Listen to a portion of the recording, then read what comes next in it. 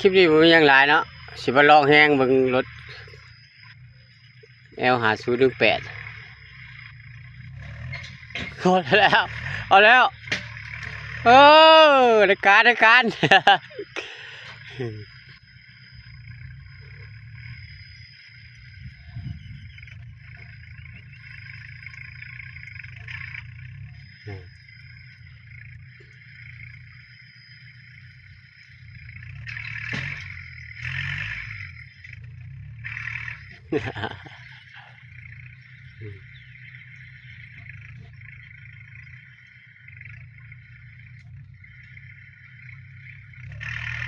โอ้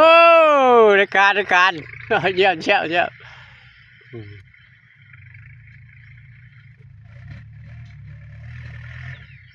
อ่า